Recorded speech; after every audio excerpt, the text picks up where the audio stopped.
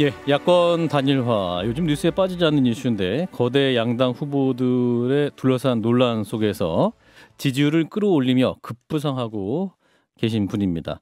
대통령에 대해서 임기 중반 국민의 신뢰 50%를 받지 못하면 사퇴하겠다라고 선언을 한 국민의당 안철수 대선 후보를 모셨습니다. 어서 오십시오, 후보님. 네, 안녕하세요. 반갑습니다. 반갑습니다. 진정관 작가, 우리 김 소장님도 안녕하십니까? 인사 나눠주시고. 네, 안녕하세요. 작년에 출연하셨을 때보다 일단 외모도 많이 바뀌신 것 같습니다. 조금 전에 방송하고 왔습니다. 아, 그래서 그러신가요? 분장을 했길래 예. 좀 달라 보이죠. 일단 외모도 바뀌셨는데 지지율도 큰 폭으로 달라지셨습니다. 감사한 마음입니다. 현장에서 그 반응들이 좀 올라오지 않습니까? 느끼시죠? 사실 현장은 반응이 더 뜨거워요. 아, 그런가요? 그래서 아마 그게 뒤늦게 반영이 되는 것 같습니다. 아하, 그렇군요. 여론조사가 뒤늦게 현장의 분위기를 봐고 있다. 지금 설쯤 되면 3강 체제가 될 것이다 이렇게 좀 전망하셨었는데 어떻게 계획대로 잘 진전이 돼가고 계십니까? 지금 제 예언대로 돼가고 있죠. 11월 1일 날 아마도 그 연말 연초가 되면 지지율이 두 자리 숫자가 되고 예. 그다음에 설이 되면은 3강 체제가 될 거라고 했는데 첫 번째는 맞았지 않습니까? 네. 그게 사실은 그냥 뭐 제 의지를 밝힌 게 아니라 중도층의 그 특성을 너무나 제가 잘 알기 때문이에요. 예. 지난 2017년 때입니다. 2017년 그 대선 때 5월달 대선인데 1월달에 제가 5%였습니다. 예. 저는 항상 5%에서 시작합니다. 근데 2월달이 돼도 여전히 한 자리 숫자다가 3월 초가 되니까 처음으로 10% 두 자릿수가 됐습니다. 예. 대선 두 달 전입니다. 그래서 이번엔 대선이 3월이니까 아마 연말 연초 되면 두 자리 될 거라고 그렇게 말씀드린 거죠. 예. 그대로 됐습니다. 그럼 이제 지지율의 상승 이유도 좀 구체적으로는 그러니까 두 달 남아서 두 자리다 이렇게보다는 더 자세한 이유가 좀 있지 않겠습니까? 아마도 뭐 제가 제 말로 하긴 좀 그렇습니다만 본인 말씀 안철수에 대한 재평가 아, 예. 예, 그거 아닌가 싶습니다. 그렇군요. 전체적으로 후보 원내 후보 4명을 보면 그 중에서 도덕성 그리고 가족 문제 그리고 미래에 대한 비전 그리고 각 분야에 대한 전문성 이런 것들을 다 종합적으로 평가를 하시지 않습니까? 예. 그래서 아마도 재평가가 일어난 것 아닌가 생각합니다. 근데 일각에서는 이제 재평가보다도 그 이재명 후보 그리고 윤석열 후보에 대한 그 비호감 두 분이 싫어서 그 안철수 후보를 선택한 것이다. 반짝 상승이다. 이런 말도 있지 않습니까? 뭐라고 답하시겠습니까? 심지어 예. 우리 국민의힘 쪽에서는 무슨 표현도 쓰냐면 저수지라는 표현을 쓰더라고요. 그래서 윤석열 후보로부터 흘러간 물이 안철수 후보에게 가 있지만 다시 자기들한테 넘겨올 수 있다. 이런 이야기들 자신감까지 피력을 하던데요. 예, 뭐 반짝 상승이라기보다는 반짝반짝 빛나는 상승이고요. 예. 그리고 사실 저 보시면은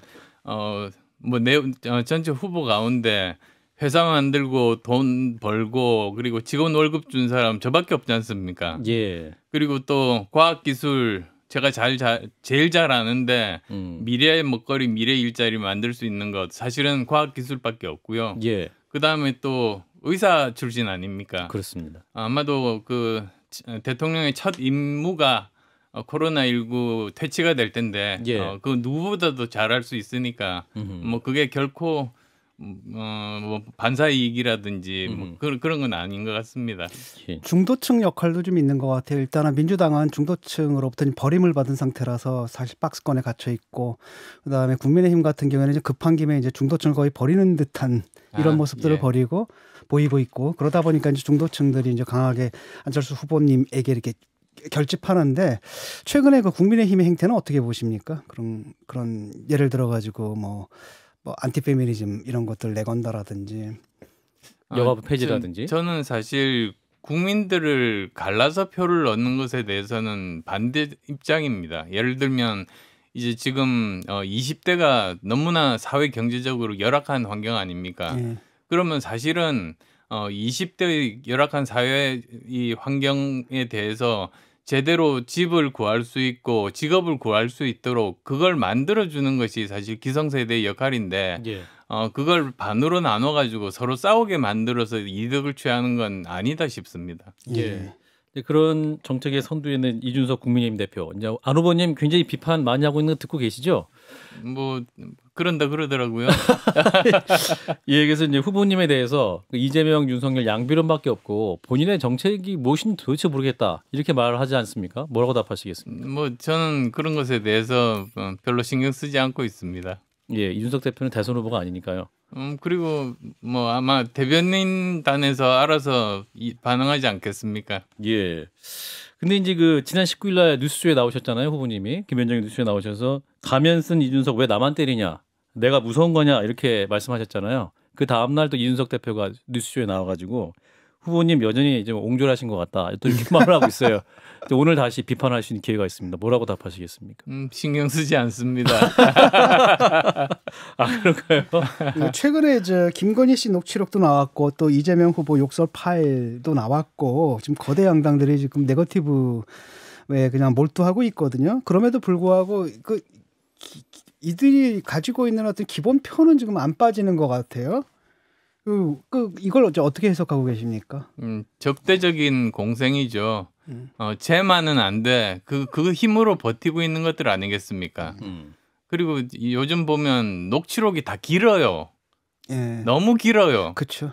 예, 근데 그 긴 녹취록을 가지고 서로 공방을 하고 있으니 참 한심할 따름이고요. 사실 지금 우리나라가 얼마나 위험한 환경에 전 세계적으로 처해 있는지 그것을 잘 모르는 것 같습니다. 예. 그러니까 지금 현재 세계 지형을 바꿀 것이 미소 신냉전 즉 그 과학기술 패권 전쟁이거든요. 예. 과학기술 패권을 가진 나라가 세계를 지배하고 국가 지도자는 바로 그 앞에서 전투사령관 역할을 해야 된다. 그게 사실 바이든 대통령이 이 반도체 웨이퍼를 들고 있는 사진의 뭐라고 할까요? 의미인데요. 예, 예. 근데 이런 환경에서 대한민국이 어떻게 생존해야 되는가? 그게 대선의 화두가 돼야 됩니다. 예. 근데 그게 아니라 서로 녹취록 가지고 이렇게 왔다 갔다 하는 걸 보면 예. 이건 우물 안의 개구리 정도가 아니라 동굴 안의 개구리 같습니다. 그럼 기왕 지금 정책 말씀하셨으니까 우물 안의 개구리 같으면 하늘이라도 예. 보지. 예. 동굴 안에서 예. 하늘도 못 보는 개구리다. 그리고 후보님께서는 555 정책을 내놓으시고 이제 5대 초격차 기업 뭐 이런 말씀들 쭉 하시면서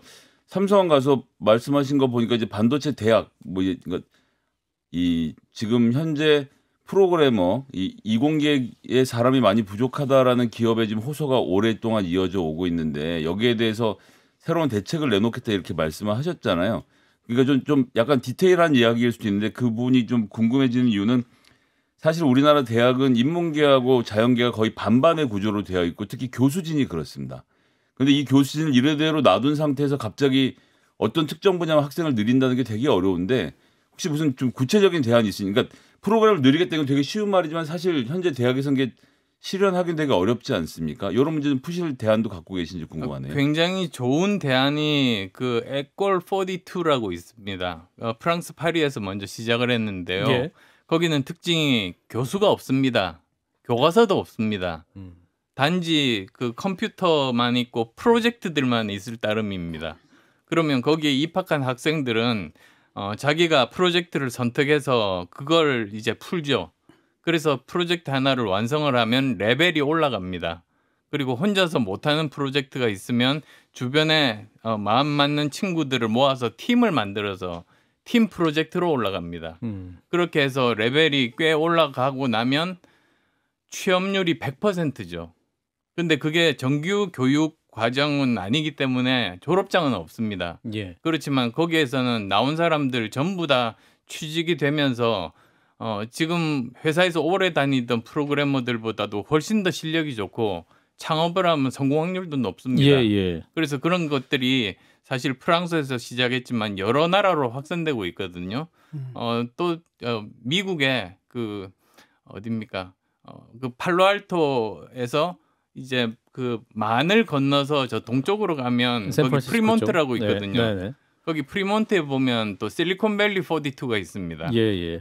거기 가 보니까 한국 학생들이 많더라고요. 예. 이 아이들이 지금 한국에서 일자리가 적다 보니까 자기가 혼자서 알아내서 자기 실력으로 거기 입학해서 공부를 하고 있는 겁니다. 예. 그러니까 쉬운 말로 하면 정규 대학이 아니라 고등학교를 졸업하고 직업학교 같은 종류의 프로그램 뭐 육성 프로그램 같은 걸 만들고 싶으시다 이런 말씀을 네, 이해를 하면 그렇습니다. 될까요? 그리고 특히 소프트웨어 엔지니어가 지금 예. 사실 가장 많이 필요한데 소프트웨어 엔지니어는 지금의 정규 교육 과정으로 그렇게 만드는 것보다도 제가 보기에는 그런 에꼴 42 모델이 가장 현실에 맞는 그리고 실력 좋은 그리고 또 새로운 창조적인 것을 만들 수 있는 후보님, 그런 근데 교육 방법이다 그렇게 생각합니다. 후보님 윤석열 후보가 코딩 얘기를 하셨어요. 이제 후보님이 제일 잘하시는 코딩 얘기를 그 사회복지사들과의 만남에서 코딩 배워야 된다 이렇게 말씀하셔서 이제 논란이 있었는데 이건 어떻게 들으셨어요, 후보님?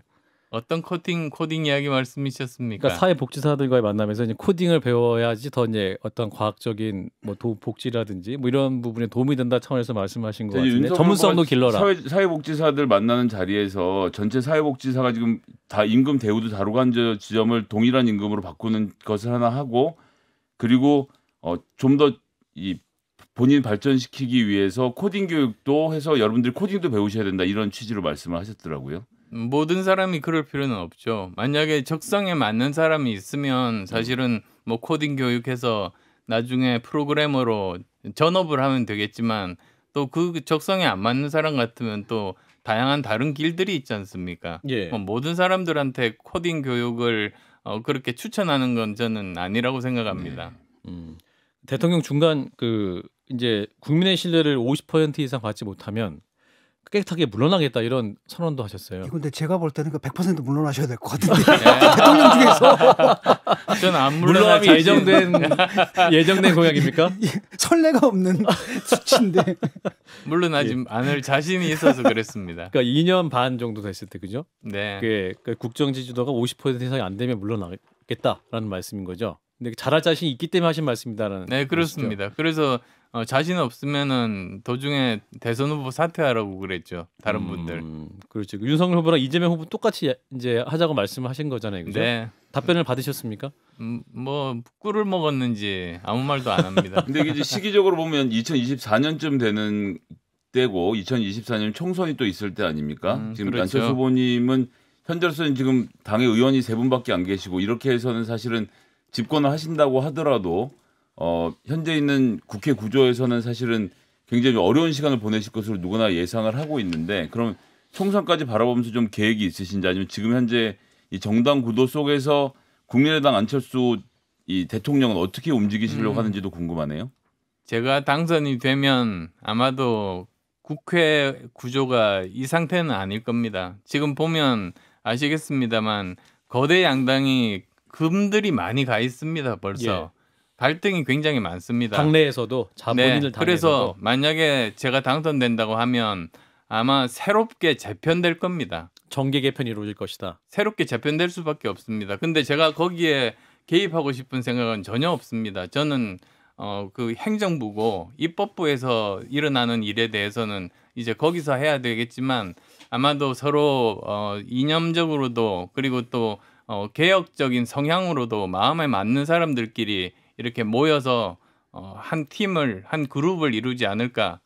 그리고 그 그룹이 아마도 다음 총선 때는 국민들의 지지를 얻어서 일당이 되지 않을까 후보님, 생각합니다. 지금 말씀 저는 좀 잘 이해가 안 되는 게 어쨌든 지금 정치라는 정치인이신데 지금 발언은 행정부의 수장으로 가는 것 그리고 좀 뭔가 정치를 좀 멀리하고 정치랑은 상관없는 것처럼 말씀하시기보다는 이 지금 현재 있는 의원들을 이런 가치로 해서 하나의 정당으로 묶겠다 이렇게 말씀하신 게 더 맞지 않나요? 제가 설명이 부족했던 것 같습니다. 사실 제가 제일 먼저 해야 될 일은 우선은 국민 통합 내각을 만드는 거죠. 그러니까 좌우 이렇게 가리지 않고 그 분야 해당 분야에 가장 능력 있는 사람을 우선은 장관으로 선임하는 게 첫 번째입니다. 마크롱도 그런 식으로 해서 70년간 프랑스 병이라는 그 노동개혁을 해냈거든요. 예. 그 다음에 해야 될 일은 협치입니다. 사실 국회와의 협치. 아무래도 지금 현재 민주당이 아주 그때가 되면 거대 야당이 될 테니까 예. 그럼 협치가 제일 중요한데 보면 공통 공약들이 좀 있습니다. 예. 저랑 뭐 윤석열 후보랑 그리고 이재명 또 후보. 이재명 후보 그런 공통 공약부터 먼저 처리해 나가는 거죠, 사실. 그러면 거기에 대해서는 별 무리는 없을 겁니다. 그리고 아마도 그 과정 중에 그런 아까 제가 말씀드린 이합 집산들이 일어나지 정계 않을까. 개편이 있을 수 있다. 그렇게 예. 생각하는 겁니다. 인위적으로는 시도 안 하시겠다는 말씀이시네요. 아, 그렇습니다. 예. 예, 진 작가님. 그 TV 토론 때문에 이제 또 말이 많지 않습니까? 양당 자기들끼리만 하고 말이죠. 그러니까 국민의 대다수는 지금 사자 토론을 원하는데 어쨌든 TV 토론이 어쨌든 하게 될 거 아니겠습니까? 그렇다면은 그러니까 이재명 후보하고 윤석열 후보에게서 내가 볼 때는 정책적으로 이건 진짜 문제다. 나는 이것을 쟁점으로 삼겠다라고 하는 게 있으면 좀 각각 좀 토론 짚어주시죠. 시에 문제 저는 제기하고 연금 개혁입니다. 아, 저는 연금 개혁을 두 거대 양당이 제가 요구했습니다. 두 사람 다 입장을 내라고. 그런데 지금까지도 이야기를 하지 않고 있는 게 너무나 무책임하다고 생각합니다. 사실 이 국민연금만 하더라도 2055년이 되면 바닥이 되지 않습니까? 그 말은 1990년생이 평생 국민연금을 납부를 하더라도 65세가 되면 나라에서는 그 국민연금 줄 돈이 없어지는 거죠. 예. 국민 세금을 걷어서 줘야 되는 이제 그 방식이 될 겁니다. 그리고 또 더 나아가 가지고 2088년이 되면 그 국민연금의 누적 적자가 1경 7천조 원이 됩니다. 저는 1경이라는 숫자는 정말 처음 들었습니다. 경악할 만하죠, 사실. 그래서 경인가? 어쨌든 근데 뭐 다른 선진국 같은 경우에도 이제 연금 재정은 다 고갈되고 세금에서 갖다 쓰는 것은 예정돼 있는 거 아닌가 정책적으로? 그 방식이 조금씩 다릅니다. 오히려 뭐 아시겠습니다만 노르웨이 같으면 오히려 그 쌓아 있는 것이 점점 더 많아지지 않습니까? 오히려. 그리고 또 처음부터 그 납부식으로 한 데도 있고 우리처럼 적립식으로 한 데도 있고 다 다릅니다. 그렇지만 중요한 것은 연금의 지속 가능성에 대해서는 끊임없이 그 계속 검사한다는 점이 다르죠. 가까운 일본만 하더라도 100년 추계를 합니다. 항상 그래서 매년 100년 후에 자손들도 안전하게 연금을 받을 수 있는지를 매년 확인하는 작업을 하거든요. 예, 알겠습니다. 그런데 우리는 지금 거대 양당이 아무런 일도 하지 않고 그 자신들의 소견도 말하지 않고 있습니다. 그 지금 소상공인 대책을 위해서 이제 정부가 14조 규모의 정부 추경안 이제 국무회의 통과를 했는데 오늘 이재명 후보가 모든 후보들에게 35조 원으로 추경 확대하자. 모든 대선 후보 논의하자 이런 제안했는데요. 근데 후보님 거기에 대해서 거절을 아마 하셨던 것 같습니다. 파퓰리즘에 따르지 않게 이렇게 말씀을 오늘 오해하셨죠? 그러니까 예. 우선 저는 지금 제일 어려운 소상공인 그리고 자영업자에게 그분들에게 혜택을 몰아서 주자. 거기에는 찬성입니다. 예. 예전에 이재명 후보가 전 국민에게 나눠주자 이랬었지 않습니까? 예. 그거에 제가 제일 세게 반대를 했었죠. 그래서 이 소상공인들에게 집중해서 나눠주는 건 맞는데 우선 저는 문제를 두 가지를 지적하고 싶어요. 네. 1월 추경은 1951년 이래 70년 만에 있는 일입니다. 1월 추경을 할 정도면 사실은 본 예산 짤 때 벌써 예상이 돼서 본 예산 내에 반영이 됐어야 될 예산을 그걸 생각을 못한 거죠. 그러니까 그건 말이 안 된다고 생각하고요. 예. 그다음에 또 두 번째로는 이렇게 계속 땜질식으로 할 겁니까? 지금 다시 또 대규모 확산이 또 일어날 것 같아요. 예. 예, 오미크론 때문에. 예. 그러면 또 그때 추경하고 또 추경하고 이렇게 땜질식으로 하면 저는 안 되고요. 그래서 제가 제안한 것이 코로나 특별 회계입니다. 예.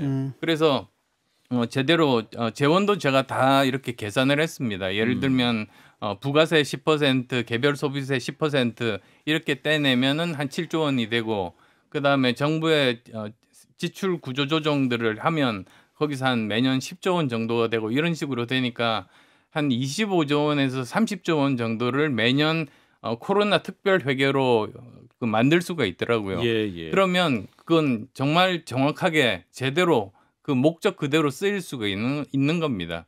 그렇게 체계적으로 접근을 해야지 이게 무슨 저 국가 예산을 땜질식으로 이렇게 계속하는 거 옳지 않습니다. 단일화 얘기 좀 여쭙겠습니다. 하도 많이 들으셔서 이제 답변이 어려우실 수도 있는데. 제가 없고 녹음기만 놔둬도 될 것 같은데. 근데 후보님 저희하고 다 관심이 많으셔가지고요. 오늘 그 김종인 전 그 총괄 선대위원장이 이런 말도 했습니다. 후보님 지지율이 한 18%에 도달하게 되면 단일화 안 할 수 없을 것이다. 그리고 이제 어떤 후보 단일화를 하지 않으면 정권 교체가 안 되기 때문에 그 압박 견딜 수 없을 것이다. 이런 말씀도 했습니다. 어떻게 답하시겠습니까? 1%만 오르면 된다고 하신 말씀이네요. 제가 17% 오늘 갤럽 조사로 나왔으니까요. 예, 뭐 그러니까 예. 뭐 고지가 눈앞에 있다. 저는 그렇게 받아들이겠습니다. 그런가요? 그다음에 또 예. 사실 책임과 권한의 크기는 비례하는 거 아니에요? 예. 사회가 그렇잖아요. 예, 예. 근데 만약에 정권 교체의 책임이 누구에게 더 있는가? 제1야당이 더 가지고 있는 겁니다. 국민의힘이. 제가 왜 더 책임이 있어요? 그쪽이 더 있지? 그러니까 그쪽이 책임감을 가지고 예. 정권 교체를 바라는 그 국민들의 그리고 지지자들의 열망을 실현시키기 위해서 과연 자기들은 무엇을 해야 될 것인가? 어떤 것을 내려놓을 것인가? 그 고민하는 게 그게 맞죠. 그러면 지금 제가 이건 정말로 몰라서 여쭤보는 건데 지금 현재 구도대로 단일화를 하지 않고 3자 구도로 가서 승리하는 길이 있고 그 길이 맞다라고 생각하시는 게 입장이신 겁니까? 뭐 여론조사가 다 맞는 건 아닙니다만 예. 이제 지금까지 나온 여론조사를 한번 보죠. 보면은 이재명 후보와 저하고 1대1로 이렇게 대결을 하면 네. 꽤 큰 격차로 제가 이깁니다. 양자 대결 했을 때. 네, 양자 대결했을 때. 그리고 이재명 후보를 지지하던 민주당 후보자들까지도 저를 지지하십니다. 예. 할 수 없이 지지하다가 저한테 오십니다. 예. 그런데 저 이재명 후보하고 윤석열 후보 양자 대결을 할 때는 거의 박빙이거나 아니면 오차 범위 냅니다. 근데 지금 그렇다면 질 확률이 많습니다. 지금 현재 정부 여당이 쓸 수 있는 수단이 굉장히 많거든요. 예. 정보도 많고 돈도 많고 해서 야당이 굉장히 이기기가 어렵습니다. 예. 그래서 어차피 그렇게 해서 지나 3자 대결로 지나 결과는 똑같습니다. 예.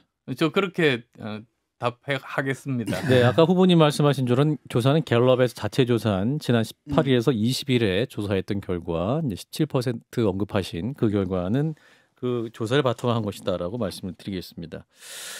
근데 지금 송영길 민주당 대표도 계속 후보님께 그 우호적 시그널을 보내고 있습니다. 그래서 일각에서는 이 단일화 논의가 민주당과도 진행되고 있는 거 아니냐라는 얘기를 하고 있습니다. 그 단일화 대상 혹시라도 하게 되면 안일화, 안철수 후보로 단일화 하게 된다면 그 대상은 민주당도 될 수 있고 혹시 국민의힘도 될 수 있는 겁니까? 송영길 대표의 말은 계속 이렇게 좀 혼란스럽게 하고 떠보는 거라고 저는 생각합니다. 왜 그러냐면 그 내부에서도 서로 이재명 후보도 들은 바가 없다고 서로 그렇게 하고 있거든요. 예. 그게 당에 일치된 어떤 의견도 아니고 그냥 혼자서 이렇게 떠보는 것이기 때문에 그 진실성에 대해서는 저는 신뢰하지 않습니다. 진실성이 있다라면 진지하게 생각해 보실 가치는 있다고 보십니까? 진실성이 있을 수가 있을까요?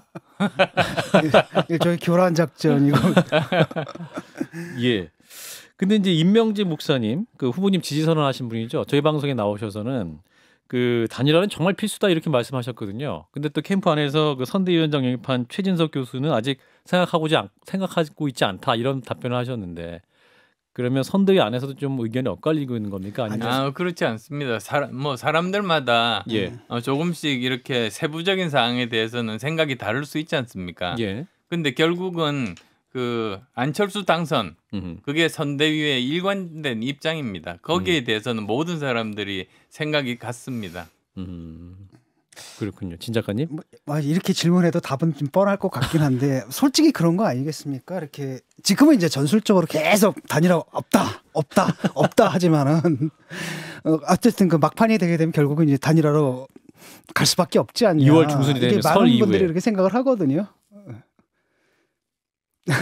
그건 국민의 힘에 달렸죠. 사실 사람들이 안일화라는 말들을 썼습니다. 안일화, 안철수로 단일화. 단일화하면 반드시 뭐 큰 차이로 정권 교체가 가능하다. 알겠습니다. 그 말은 사실은 제가 라이브 방송하면서 거기에 참여한 네티즌으로부터 들은 겁니다. 예. 근데 뭐 그런 식으로 만약에 된다면 사실은 뭐 제일 무난하게 정권 교체가 되겠죠. 예. 그러니까 안철수로의 단일화 없으면 아마 그 알겠습니다. 가능성밖에는 없지 않나 싶습니다. 예. 그렇군요.